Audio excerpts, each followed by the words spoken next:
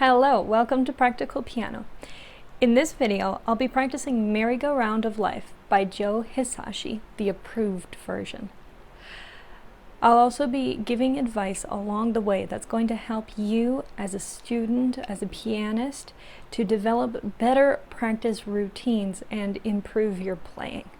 Check out the timestamps in the description if you would like to skip the practice and go straight to the advice. In this practice series, I record every time that I practice so that you can get an idea of what practice and progress look like over time. Now we're going to do a 30-minute practice, and I'm going to exclusively practice Merry-Go-Round of Life until I get bored. If I get bored, probably not. So we're gonna just jump right into it.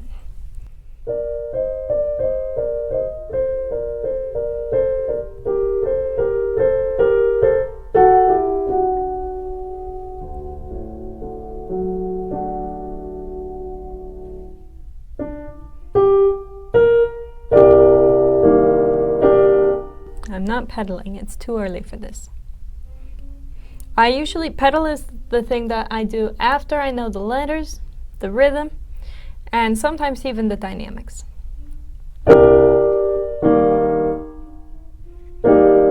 Yeah.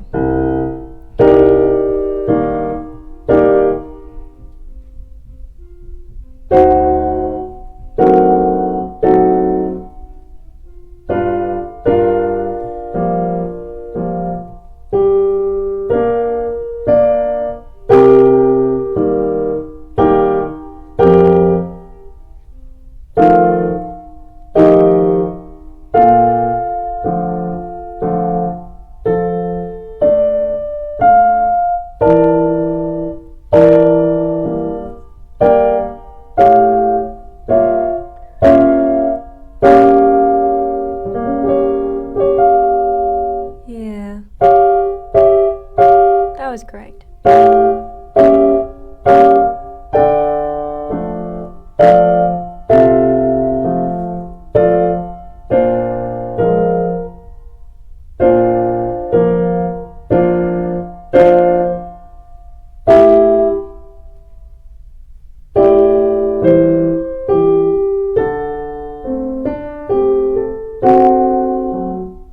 Now it's important when you think you hear wrong notes to double check them. Often you're going to be right. A lot of people think they don't have an ear, but if you're playing something and you all of a sudden are like, is that right? That's your ear working. It's telling you it doesn't sound right, or it's a sound that I didn't expect. And so what you want to do is, if you're not right, you'll double check it and then you'll find out what is right. If you are right, now you'll know that this part sounds weird, and it'll prepare you for the next time you play it, which will make playing easier. Okay, we're gonna do this part again. E flat. I'm going to jot that in because I keep forgetting the E flat.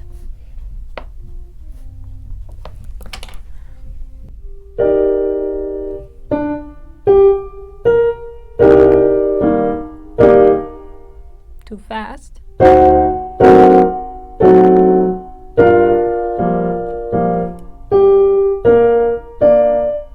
That's supposed to be smooth.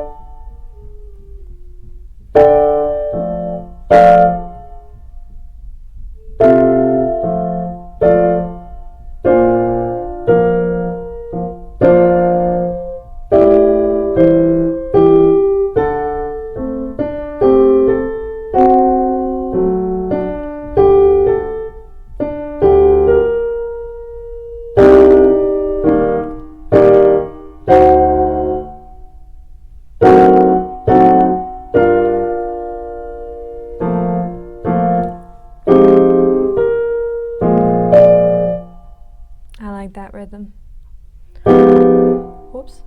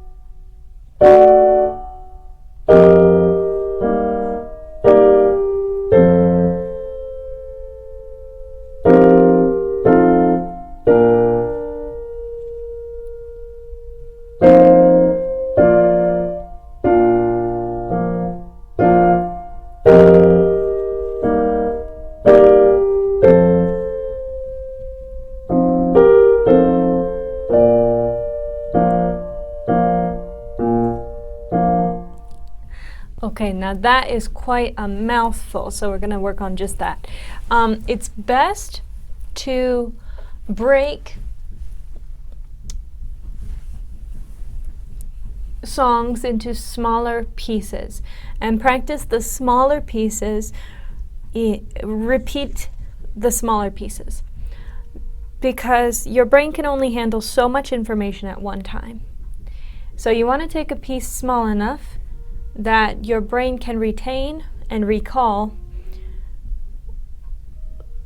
with less effort the amount that you've chosen. This would probably be better if I even trimmed it in half, but I think I can do 2 pages, no problem. So we're going to keep working on the 2 pages, and then if I feel after a few repetitions that I'm not making much progress, then I'll cut it smaller. So if you feel like you've been putting in a lot of work with very little results, try cutting it into smaller pieces and repeat those pieces. And I bet you're going to get better results. And then if you're like, oh, but it's already so small, it's only like 8 measures, cut it into 4 measures. It's already so small, it's 4 measures, 2 measures. If that's too much, 1 measure. Different songs are different difficulties. And if you find you don't make progress, keep cutting it down until you're just at a little bit. Get that bit feeling really confident, really comfortable, really good, then move on to the next one little bit. If you have to go measure by measure, 1 measure a day, that's good enough. Because our levels, our skill levels, and the song's difficulty level will change, because your skill level will change and your songs will change. And some are much more difficult and much more challenging than others if they employ skills that you haven't learned yet or that you're not fully secure in. So don't feel bad about cutting it down. That's okay.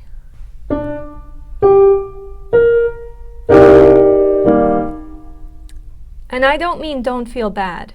I mean, if you feel bad about cutting it down, reassure yourself that it's okay.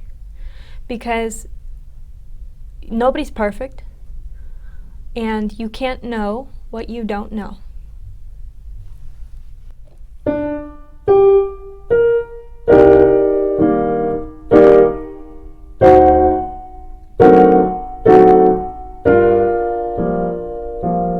Let's get just that a little better.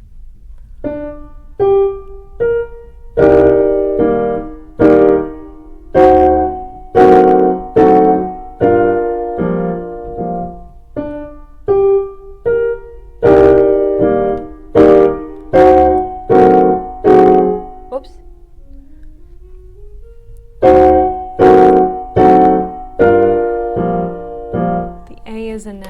the B is a flat. And let's do that again.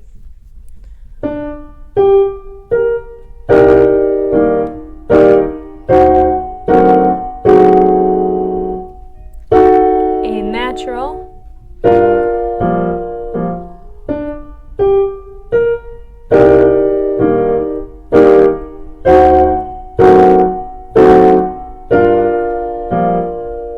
I got it when I went slower, so now I'm going to try and go a touch faster.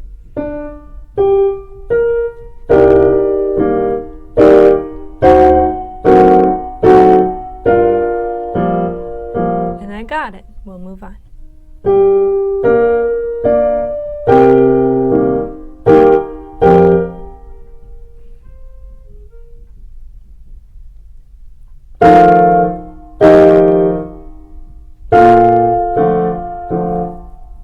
Let's do that again. I'm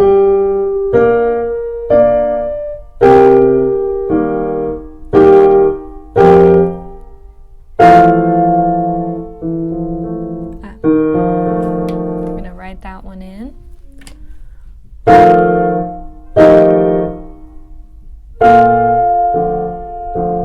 Go again.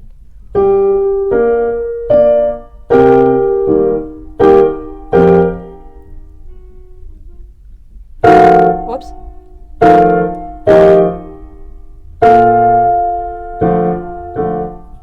Now I can only practice this octave section so much because my hand is starting to feel a little stretched out here, and I don't want to aggravate. About a month ago, I injured my hand over practicing, and I don't want to aggravate that and make it come back. It's going to be a couple more months before there's no danger, you know.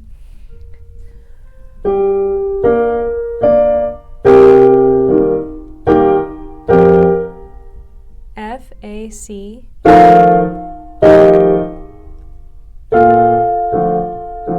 There we go, and again.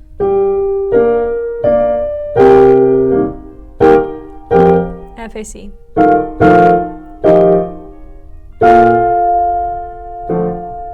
Better. One more time.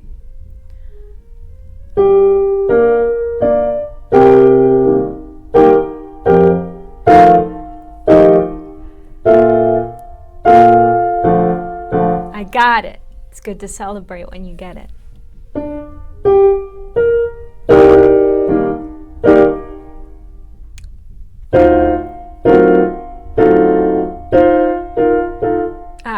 F sharp. Quite different. Just the difference of one note changes that whole chord.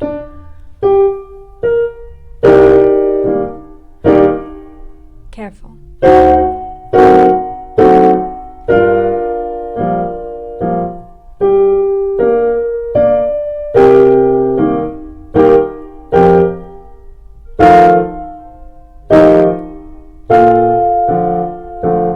Okay, I'm happy with that. So I took two parts and I took this longer part and broke it down into two parts that were 4 measures each. And I practiced the first part until it was comfortable, and then I practiced the second part until it was comfortable, and then I played them together. And you play them together until it's comfortable. And so you make a lot of progress on a little section in less time.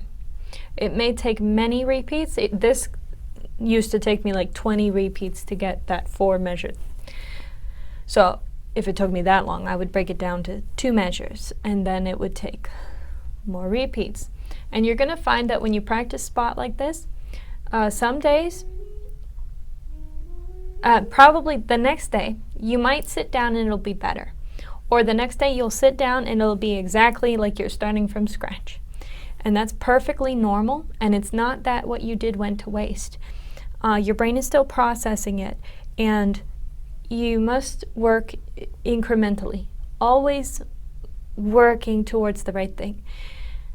And those days when it feels like nothing happened, you didn't accomplish anything, you actually did. Your brain is storing the information, and it's going to pay off in the future, even though it doesn't feel like it now.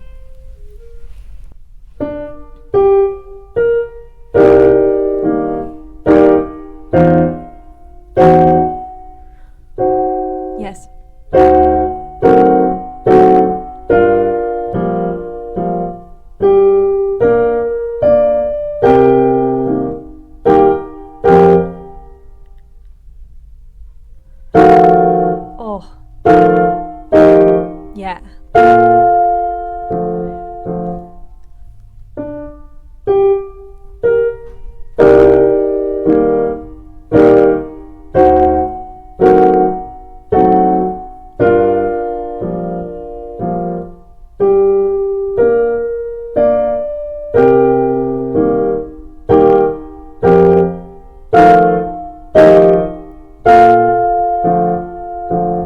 nice. I got this part by keeping my hand close to the keys.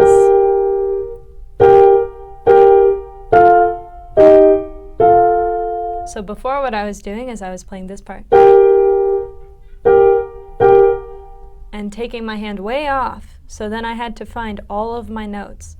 But these chords are in the same shape. So if I keep my hand on the keys, near the keys, it's going to be easy to move between this one, whoops, between those four, because they're the same shape and my hand is near where it needs to be. It's always better if you can make your practice more efficient by reducing extra motions.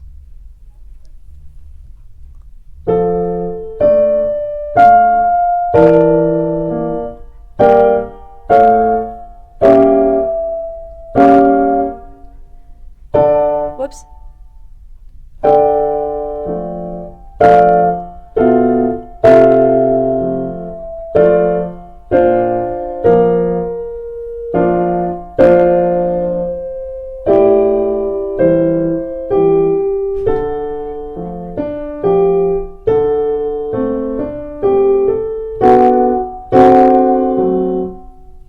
Practice that part a bit. Let's do a couple of triads or something.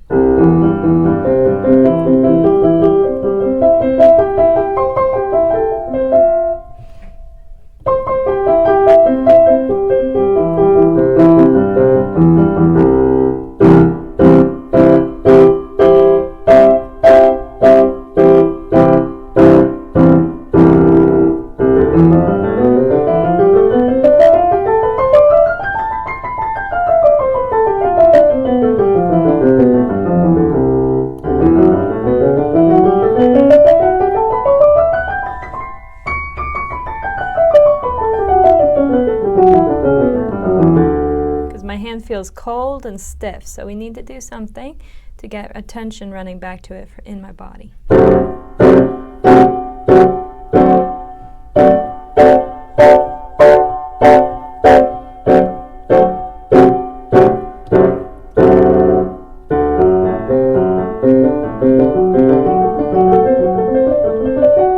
They're not going at the same time.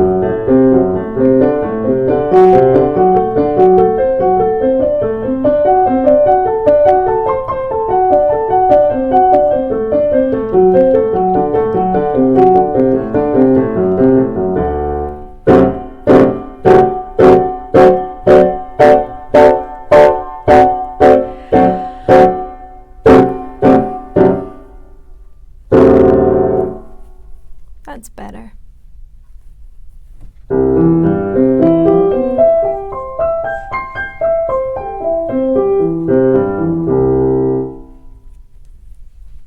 Okay, I think that's good.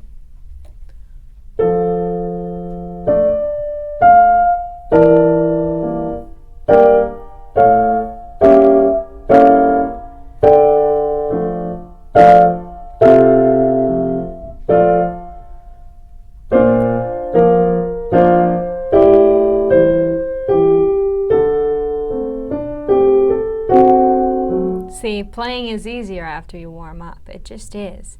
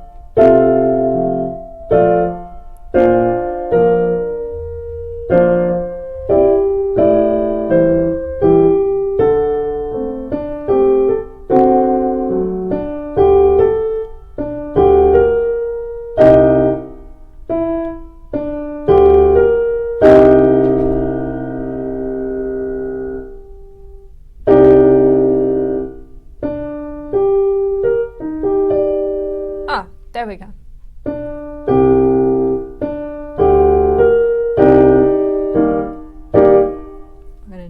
one more time.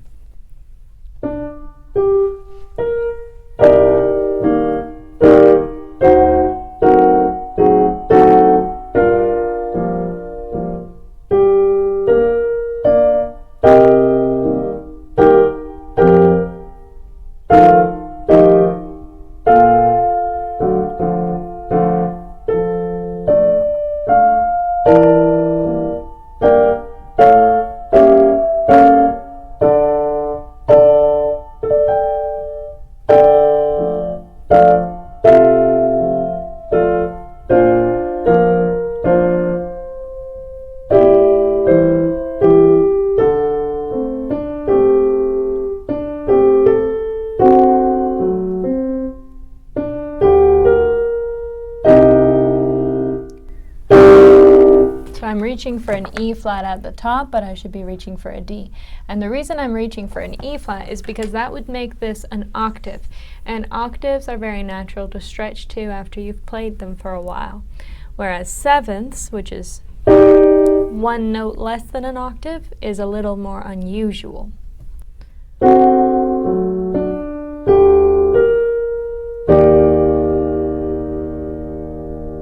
That was too pleasant. This is supposed to be a C octave in the left hand, not an E flat. So we do this again.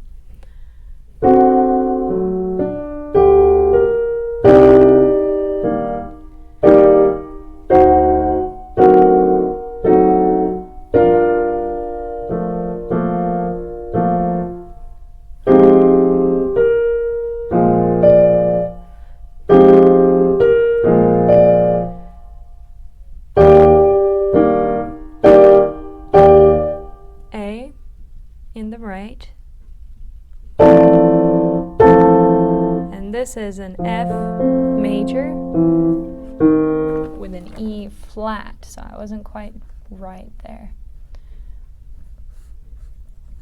We're going to jot those in so we can reach it better. We're going to start back at the beginning because this section needs more work.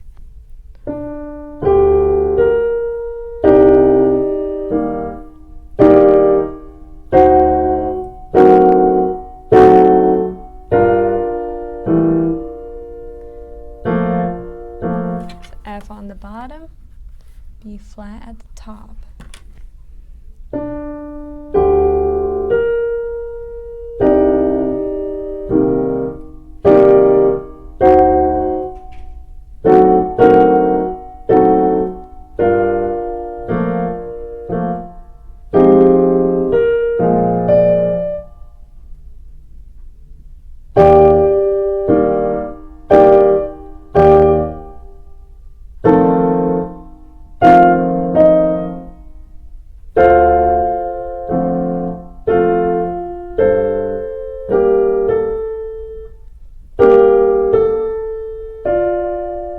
I need better fingering for this right hand part because it's tricky. So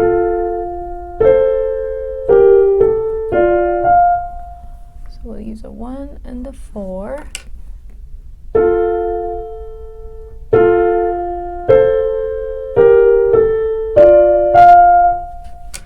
We'll use a 2 and a 1, 3, which implies a 2, 4. And a 1, 2. Okay, 1, 2, 4, 2, 3, 1, 2, 4, 1, 5. So what you do when you're trying to figure out fingering is you find your lowest note in a phrase. So a phrase is like a slur or a measure. A string of notes that you can identify as, oh, this is one thing. And the next thing is a different thing. You find your lowest note, and if you're playing your right hand, you're going to put your thumb on your lowest note because your lowest note is on this side. You find your highest note, and you put your pinky up on your highest note because that's on that side. And then within that, you've got to figure out what to use to get you efficiently from the lowest note to the highest note. Oops.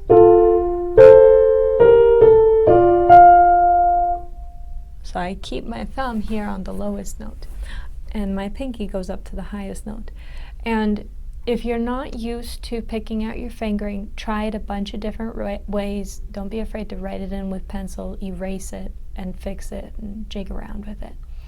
And then once you have comfortable fingering, or at least the most efficient fingering that you can find, jot that in and leave it and try and implement it every time. You generally want to be moving smoothly, especially if there's a smooth indication like a slur or the word legato. But there are places where it's actually going to be more efficient to move. Like if I go here, I have to lift there because it's the end of a slur.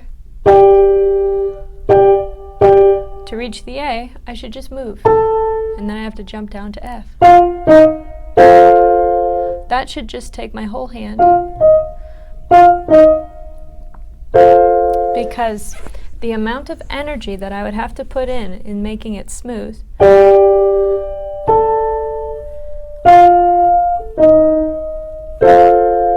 is just too much. It's too much strain on my hand. And the left hand, you'll see, is bopping because the distance is so great. If there's a great enough distance, don't even try to connect them. Just move. And if it's super uncomfortable or it's straining your hand, just move. Don't try and connect them. So that's on fingering. Let's do this section again.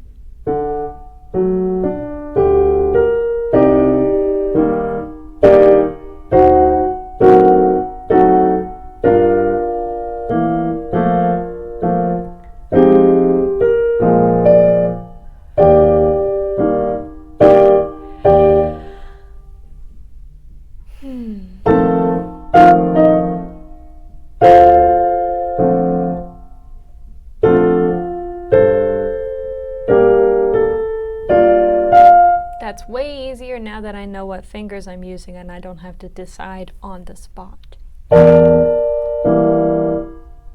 Yes, that's correct. I've got an A on the top, D in the middle, B flat on the bottom, and an E natural down here.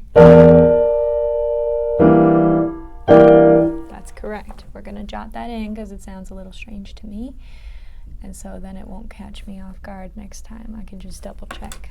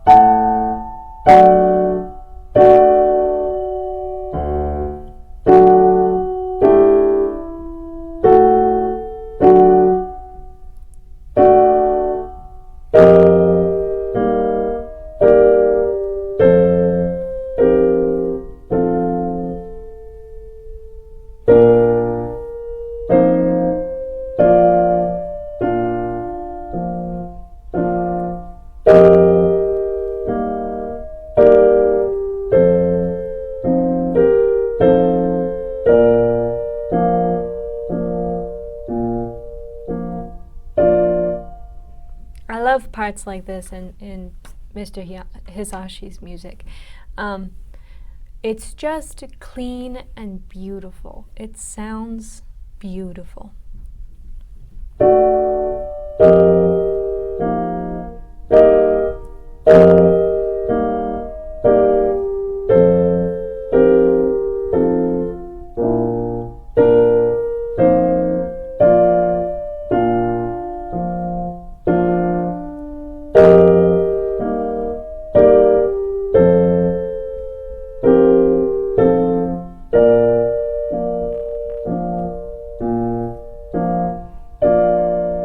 It's like a sunny day, and then here we're gonna build to something.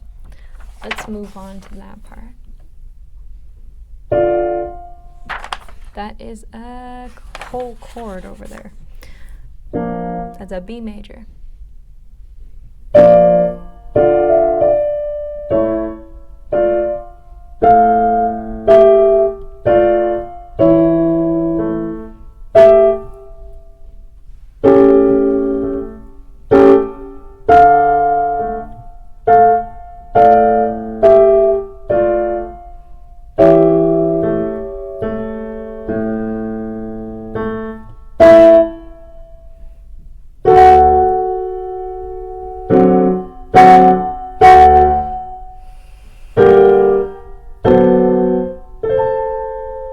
right? Left hand was not.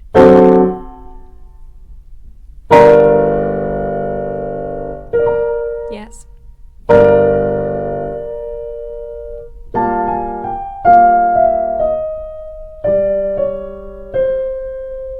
Tough.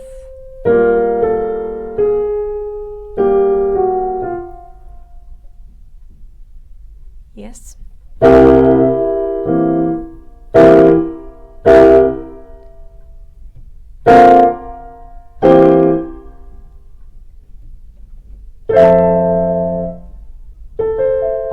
Yes.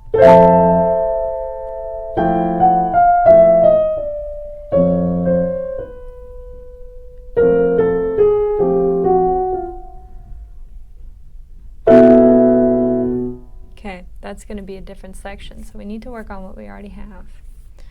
That was a B major chord.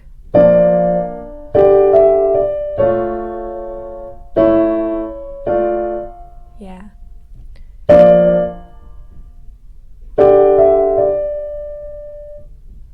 Oh, let's do that again. Get the articulation right.